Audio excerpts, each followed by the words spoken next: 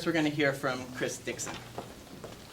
Thanks for coming to engage with our panel today and hear what we have to talk about. I'm hoping that some of what I have to say complements and enriches the discussion that we're going to create here, and then hopefully try and create with you too. I want to begin my presentation with a quote from this guy named John Holloway, who's a radical theorist who's deeply inspired by the Zapatistas. He's also kind of a controversial figure, probably particularly at this conference. He wrote a book called Change the World Without Taking Power. Holloway writes, "The scream against and the struggle for emancipation cannot be separated, even when those in struggle are not conscious of the link. The most liberating struggles, however, are surely those in which the two are consciously linked, as in those struggles which are consciously prefigurative, in which the struggle aims in its form not to reproduce the structures and practices of that which is struggled against, but rather to create the sort of social relations they're desired." So here's the crux. I agree with John Holloway. I think that our scream against, meaning our rejection of what exists in this world, and the struggle for emancipation, which is our creation of new ways of living and relating, loving and struggling together, cannot be separated as we fight to build a new world. Today, however, I'm going to talk about the second part, which is the prefigurative part, which I think we tend to talk a lot less about on the left. But just keep in mind that I think these things always have to be linked.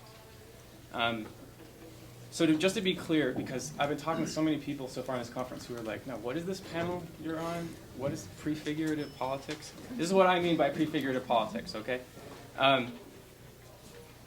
It's our way of trying to practice and model the world we'd like to see through how we organize right now, how we struggle. So it's about our means in fighting right now being connected to the ends that we'd like to see. And I think there's tons of fascinating histories to tell about the development of prefigurative politics. Andy sort of started to scratch the surface. There's lots of examples to discuss too, and I think we're going to get into a bunch of them. Today I have a much more narrow focus in what I want to talk about. I want to explore what I think are some defining features of contemporary prefigurative politics that I don't think get talked about very much. And I specifically want to talk about these features as developing among those of us who are both committed to what I call anti-authoritarian politics and grassroots organizing together. And I focus on a term I call prefigurative praxis, by which I mean both putting prefigurative politics into practice and developing from our practices the implicit prefigurative aspects that are already there. So you'll hear me use this formulation, prefigurative praxis. And in talking about this stuff, I'm drawn on a bunch of interviews I did with comrade organizers across the US and Canada over the last 2 years, about 50 interviews, focusing on insights and challenges. So let me start by suggesting that practically, prefigurative politics bears an interconnected contradiction and challenge. This is the other central thing I'm going to talk about today. Here's the contradiction. On the one hand, developing entirely new and emancipatory social relations isn't possible, is never fully possible in the context of exploitation and oppression. On the other hand, developing new social relations is crucial to building visionary movements capable of transforming the world. That's the contradiction. So this leads to the challenge. And this is in the words of my dear comrade, Andrea Maria, who's a Toronto-based organizer. How do you work in the disjunction between what is and what you want? How do you work in the disjunction between what is and what you want? So, in my view, the most promising forms of prefigurative praxis are working in that disjunction between what it is we want and what it is that exists. And I'm going to briefly describe 3 of those interrelated forms here, and then I'm going to just go get into a quick reflection on a couple of lessons I think we can take away from it. I'm trying to be concise because there's so much. So, 3 interrelated forms of prefigurative praxis that I'm seeing. Number 1. The first is what many people, many organizers are explicitly calling developing new social relations, which was part of what inspired me this title. So this means new ways of living, loving, struggling together, and also new ways of dealing with conflict and differences in our communities. And I think the challenge for many of us is how to do this how to develop these new social relations without being flaky, insular, or individualized. But instead in ways that are about genuinely transforming how we relate with one another, right? So not about us setting up our sort of perfect little cliques or communes or whatever, but actually like genuinely trying to transform how people in the society relate. I think one really useful example of this that I've come across in the organization Critical Resistance, with which I imagine some of you are familiar, the prison abolitionist organization in the States, is about what they call harm-free zones, building harm-free zones. Now, there's no perfect example of anywhere where they've actually built a harm-free zone, but the idea is amazing. The idea is, let's look at these communities, heavily policed communities of color, right? And let's think about ways of dealing with conflict and violence that don't mean calling the cops. Because when the cops show up, everything just gets worse. So how do we change social relations? How do we build new institutions to sidestep the state in that scenario?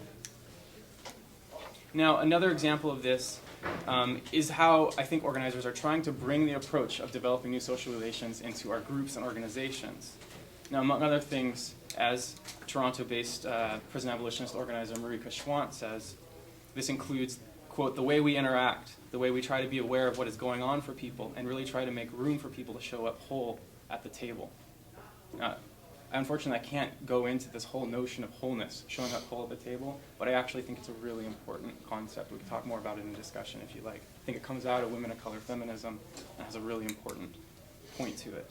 So now, a second form of prefigurative praxis I want to talk about is what sometimes gets called anti-oppression politics. Sometimes it gets called collective liberation politics.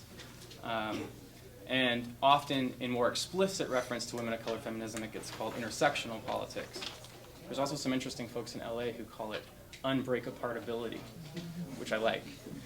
Now, the key idea here, with which I imagine many of you are familiar, is that social relations of heteropatriarchy, white supremacy, and capitalism are deeply intertwined. They're deeply intermeshed, right? And they reinforce each other. They weave together. And therefore, we have to develop approaches for challenging and changing these relations in deeply interconnected ways. Central to this is an understanding that power relations don't just exist out there in society. They're actually things that we're producing and reproducing even in the context of what we think of as liberatory social movements. Yes, imagine that. Imagine that. So I mean, even in shaping our movements all the way to our interpersonal relationships. So in practice, this entails what Montreal migrant justice organizer Sarita Ahuja talks about as reorganizing ourselves socially. Reorganizing ourselves socially, or reformatting inside of our movements and organizations how we're relating. Consciously working through political education and internal struggle to shift power relations as they play out in our communities. No easy task. Okay, third form of prefigurative praxis I want to talk about. It's what I call non-instrumental organizing. Now this is an approach that's oriented toward building relationships with people as collaborators in struggle, in a process that must be transformative for everybody. A non-instrumental organizing approach for many organizers is actually a reaction against an organizing model that often dominates in labor and community organizing sectors. In this model, organizing is about building instrumental relationships, basically with people as tools to achieve predetermined means, rather than all of us entering into a conversation where we decide what are the ends that we want, and let's move there in a way that's going to transform all of us. Again, no easy task. No easy task. Discussing this instrumental model of organizing, my friend Michelle O'Brien, who's a New York housing organizer, says when it comes right down to it, it relates to people in profoundly manipulative ways. It relates to people as these chips on a board. And some of you who have experience as labor organizers and community organizers, I'm sure, have seen some of this. I'm not suggesting at all that this is the only approach in those sectors, but this is definitely a tendency there. Against this, non-instrumental organizing prioritizes things like relationship building in genuine ways, storytelling, trust building, and it uses highly participatory kinds of education and decision making. trying to sort of shift that dynamic where people aren't tools, but in fact we're working together.